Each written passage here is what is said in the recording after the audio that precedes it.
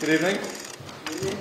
I can report as returning officer that 359 ballots were cast, no spoiled ballots, that the vote in favour of having confidence in Boris Johnson as leader was 211 votes, and the vote against was 148 votes.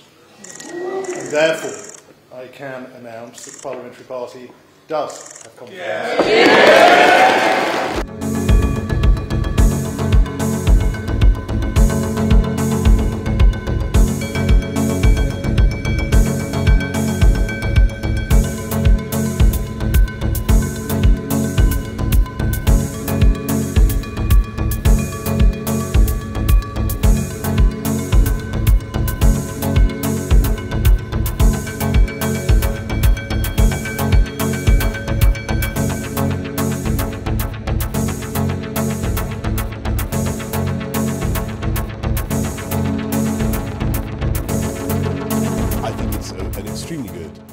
Positive, conclusive, decisive result, which enables us to move on, to unite and to focus on delivery. And that is exactly what we're going to do. I've got many more MPs supporting me now than I did in 2019. I'm happy with that.